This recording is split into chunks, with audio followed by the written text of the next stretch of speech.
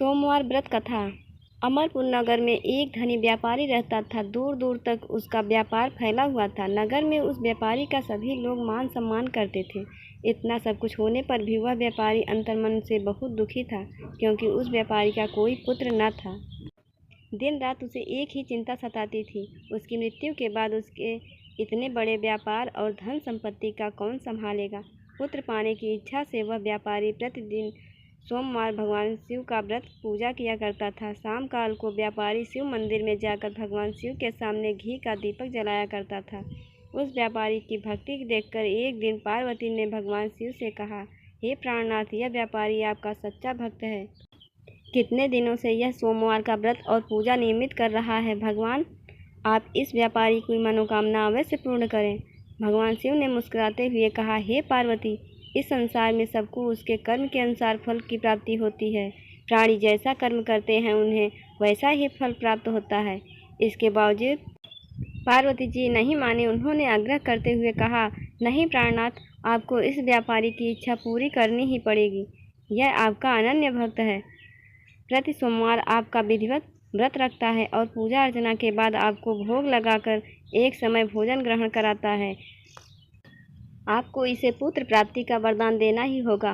पार्वती का इतना आग्रह देखकर भगवान शिव ने कहा, तुम्हारे आग्रह पर मैं इस व्यापारी को पुत्र प्राप्ति का वरदान देता हूँ, लेकिन इसका पुत्र 16 वर्ष से अधिक जीवित नहीं रहेगा। उसी रात भगवान शिव ने स्वप्न में उस व्यापारी को दर्शन देकर उसे पुत्र प्राप्ति का वरदान दिया और उसके पुत्र के 16 वर्ष तक जीवित रहने की बात बताई। भगवान के वरदान से व्यापारी को खुशी तो हुई, लेकिन पुत्र की अल्पायु की चिंता ने उस खुशी को नष्ट कर दिया। व्यापारी पहले की तरह सोमवार का विधिवत व्रत करता रहा। कुछ महीने पश्चात उसके घर के अति सुंदर पुत्र उत्पन्न हुआ। पुत्र जन्म से व्यापारी के घर में खुशियां भर गई। बहुत धूमधाम से पुत्र जन्म का समारोह मनाया गया। व्यापारी को पुत्र जन्म की अधिक खुशी नहीं हुई, क्योंकि उसे पुत्र की अल्प आयु के रहस्य का पता था। यह रहस्य घर में किसी को नहीं मालूम था। विद्वान ब्राह्मणों ने उस पुत्र का नाम अमर रखा। जब अमर 12 वर्ष का हुआ तो शिक्षा के लिए उसे वाराणसी भेजने का निश्चय हुआ। व्यापारी ने अमर के मामा दीपचंद को बुलाया और कहा कि अमर को शिक्षा प्राप्त करने के लिए वाराणसी छोड़ जाओ। अमर अपने मामा के साथ शिक्षा प्राप्त करने के लिए चल दिया। रास्ते में जहाँ भी अमर और दीपचंद रात्रि विश्राम के लिए ठहरते, वहीं यज्ञ करते और ब्राह्मणों को भोजन कराते थे। लंबी यात्रा के बाद अमर और दीपचंद एक नगर में पहुँचे। उस नगर के राजा की कन्या के विवाह की खुशी में पूरे नगर को सजाया गया था। निश्चित समय पर बारात आ गई, लेकिन वर के पिता अपने बेटे के एक आंख से काने होने के कारण बहुत चिंतित था। उसे इस बात का भय था कि राजा को इस बात का पता चलने पर कहीं वह विवाह से इनकार न कर दें, इससे उसकी बदनामी होगी। वर के पिता ने अमर को देखा तो उसके मस्तिष्क में एक विचार आया। उसने सोचा, क्यों न इस लड़के को दूल्हा बनाकर राजकुमारी से विवाह करा दूं। विवाह के बाद इसको धन देकर विदा कर दूंगा और राजकुमारी को अपने नगर में ले जाऊंगा। वर के पिता ने इसी संबंध में अमर और दीपचंद से बात की। दीपचंद ने धन मिलने के लालच में वर के पिता की बात स्वीकार कर ली। अमर को दूल्हे के वस्त्र पहनाकर राजकुमारी चंद्रिका से विवाह करा दिया गया। राजा ने बहुत सा धन देकर राजकुमारी को विदा किया। अमर जब लौट रहा था तो सच में नहीं छिपा सका और उसने राजकुमारी को ओढ़ने पर लिख दिया, राजकुमारी चंद्रिका, तुम्हारा विवाह तो मेरे साथ हुआ था। मैं तो वाराणसी में शिक्षा प्राप्त करने जा रहा हूँ। अब तुम्हें जिस नौवे की पत्नी बनना पड़ेगा वह काना है। जब राजकुमारी ने अपनी ओढ़ने पर लिखा हुआ पढ़ा तो उसने काने लड़के के साथ जाने से इनकार कर दिया। राजा ने सब बातें जानकर राजकुमारी को महल में रख लिया। उधर अमर अपने मामा दीपचंद के साथ वाराणसी पहुंच गया। अमर ने गुरुकुल में पढ़ना शुरू कर दिया। जब अमर की आयु 16 वर्ष पूरी हुई तो उसने एक यज्ञ किया। यज्ञ की समाप्ति पर ब्राह्मणों को भोजन कराया और खूब अन्नदान किए।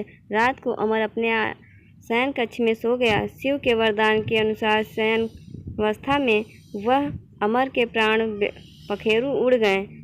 सूर्योदय पर मामा अमर ने मृत देखकर रोने पीटने लगा। आसपास के लोग भी एकत्र होकर दुख प्रकट करने लगे। मामा के रोने विलाप करने के स्वर समीप से गुजरते हुए भगवान शिव और माता पार्वती ने सुने। पार्वती जी ने भगवान से कहा, प्राणनाथ, मुझसे इसके रोने की स्वर सहन नहीं हो रही है। आप इस व्यक्ति के कष्ट अवश्य दूर करें।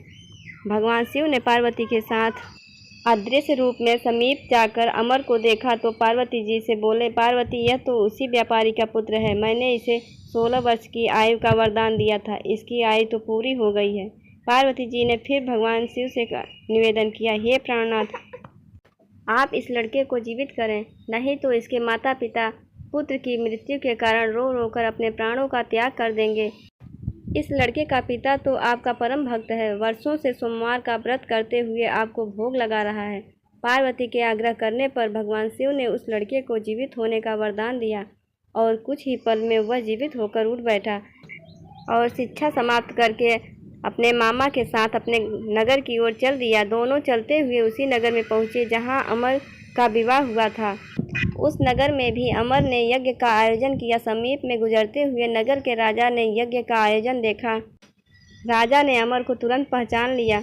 यज्ञ समाप्त होने पर राजा अमर और उसके मामा को महल में ले गया और कुछ दिन उन्हें महल में रखकर बहुत सा धन वस्त्र देकर राजकुमारी के साथ विदा किया। रास्ते में सुरक्षा के लिए राजा ने बहुत से सैनिकों को भी साथ भेजा। दीपचंद ने नगर में पहुंचते ही एक दूत को घर भेजकर अपने आगमन की सूचना भेजी। अपने बेटे अमर के जीवित वापस लौटते ही सूचना से व्यापारी बहुत प्रसन्न हुआ। व्यापारी ने अपनी पत्नी के साथ स्वयं को एक कमरे में बंद कर रखा था। भूखे प्यासे रहकर व्यापारी और उसकी पत्नी बेटे की प्रतीक्षा कर रहे थे। उन्होंने प्रतिज्ञा कर रखी थी कि यदि उन्हें अपने बेटे की मृत्यु का समाचार मिला तो दोनों अपने प्राण त्याग देंगे। व्यापारी अपनी पत्नी और मित्रों के साथ नगर के द्वार पर पहुंचा। अपने बेटे के विवाह का समाचार सुनकर पुत्रवधू राजकुमारी चंद्रिका को देखकर उसकी खुशी का ठिकाना न रहा। उसी रात भगवान शिव ने व्यापारी के स्वप्न में आकर कहा, हे श्रेष्ठी, मैंने तेरे सोमवार व्रत करने का और व्रत कथा सुनने से प्रसन्न होकर तेरे पुत्र को लंबी आयु प्रदान की है। व्यापारी बहुत प्रसन्न हुआ। सोमवार का व्रत करने से व्यापारी के घर में खुशियाँ लौट आई। शास्त्रों में लिखा है कि जो स्त्री पुरुष सोमवार का विधिवत व्रत करते हैं और व्रत कथा सुनते हैं, उनकी सभी इच्छाएं पूरी होती हैं।